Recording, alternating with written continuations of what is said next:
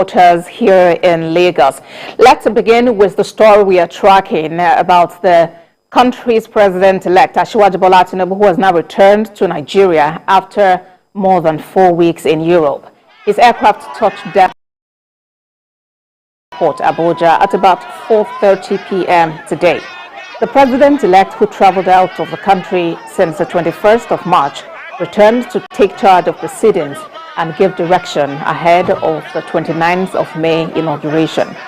The former governor of Lagos State returned with his wife, Senator Bola Tinubu, and they were received by the Vice President-elect, Kashim Shettima, Plateau State Governor Simon Lalong, and many other high-ranking members of the governing party.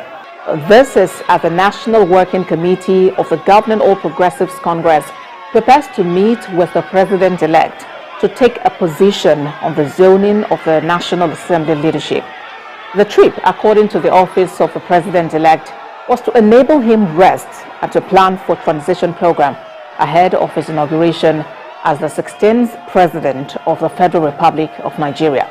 Now, earlier, before the arrival of the president, correspondent spoke to some APC members on what Nigerians should expect after the 29th of May inauguration.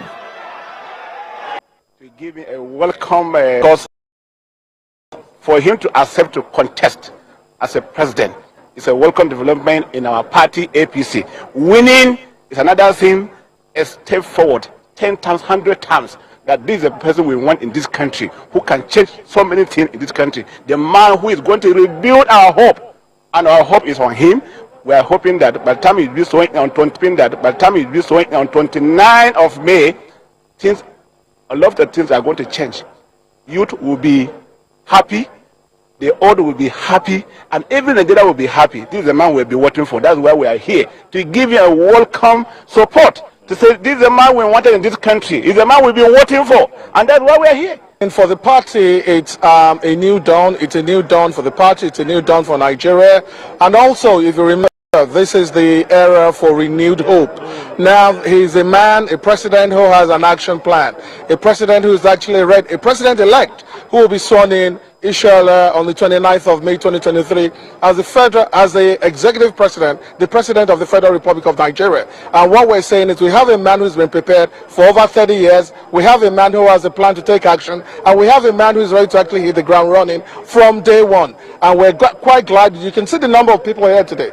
This is just probably a very small number of people compared to those who are waiting for him at the Unity Fountain and also all over Nigeria. Nigerians, and let's also remember that Nigerians actually gave him that mandate freely in a credible and also an election that was actually free. And Nigerians just can't wait to have him as the president, being sworn in as the president of the Federal Republic of Nigeria. The president-elect Asiwaju Bola Tinubu has charged his supporters who president to welcome him after his return to be calm and peaceful. Asiwaju Tinubu urged them to go back home to enable him rest as he has a long day beginning from tomorrow. That is very, very important. Don't isolate one date. One date on the calendar doesn't mean anything. It's just an event. People are already talking about your administration and what it will look like. Can you give us a glimpse into what you have in plan? I can't. I've not consulted people yet. And administration, you said, is not run alone. You don't govern alone. You govern with people. You consult.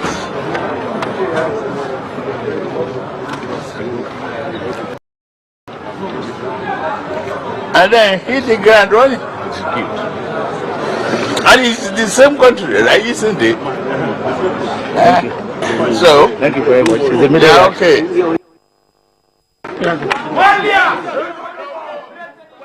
Also present at the Abuja residence of the president-elect was a former governor of Borno State, Ali Modu Sharif, who spoke about the expectations of Nigerians for the incoming administration. 7 senators and some party chieftains were also present to welcome the president-elect. So what is important is that when you have a head that is correct, everybody will fall in line. If you don't get the right head, it will collapse. So we are all ready to follow. Yes. I agree. The expectation is high. Very high. And they want you to replicate what you did in Lagos. The world of Nigeria. That's we can win the war without losing the battle.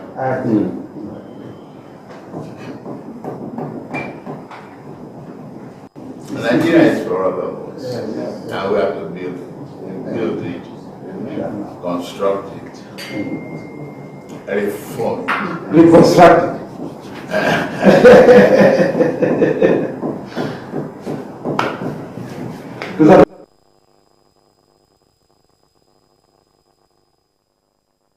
Joining us on the news now is TVC News senior correspondent Femi Akonde. Femi, thank you for joining us at this time. The president-elect is back in the country. What is the latest? Yes, indeed, Ambassador. The president-elect is back, and he returned with a new, fresh energy into the political.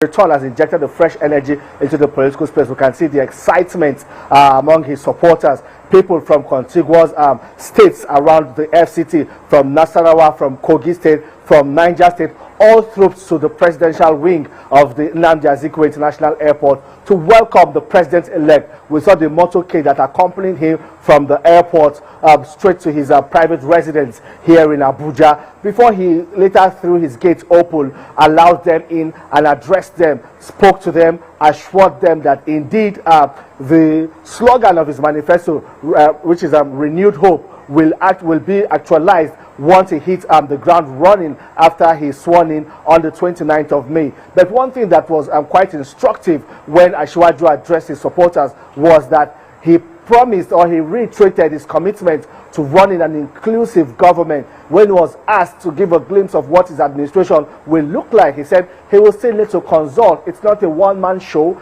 He will have to talk to a lot of people, talk to different sectors in the country, talk to different stakeholders before with what his administration will look like, the administration that will help drive his policies, plans, and programs for Nigerians. But you know, now he has retired back into his residence to rest. We expect that in the coming days there will be no rest for him, in the sense that he's going to be very busy continuing with that consultation, speaking to people. We're expecting to also meet Mr. President in the coming days, meeting with so many stakeholders. We already saw a lot of them trying to get an audience with Bola Tinubu, especially people from the National Assembly, lawmakers. All of them want to get his opinion, get his views about how the leadership of the 10th National Assembly will emerge. But you know, Bola Tinubu, you know, he's a very smart politician, somebody who is a master of the game. So he has assured everyone that, you know, everybody will be given a sense of belonging. But much on the plate of the president-elect, Abosede.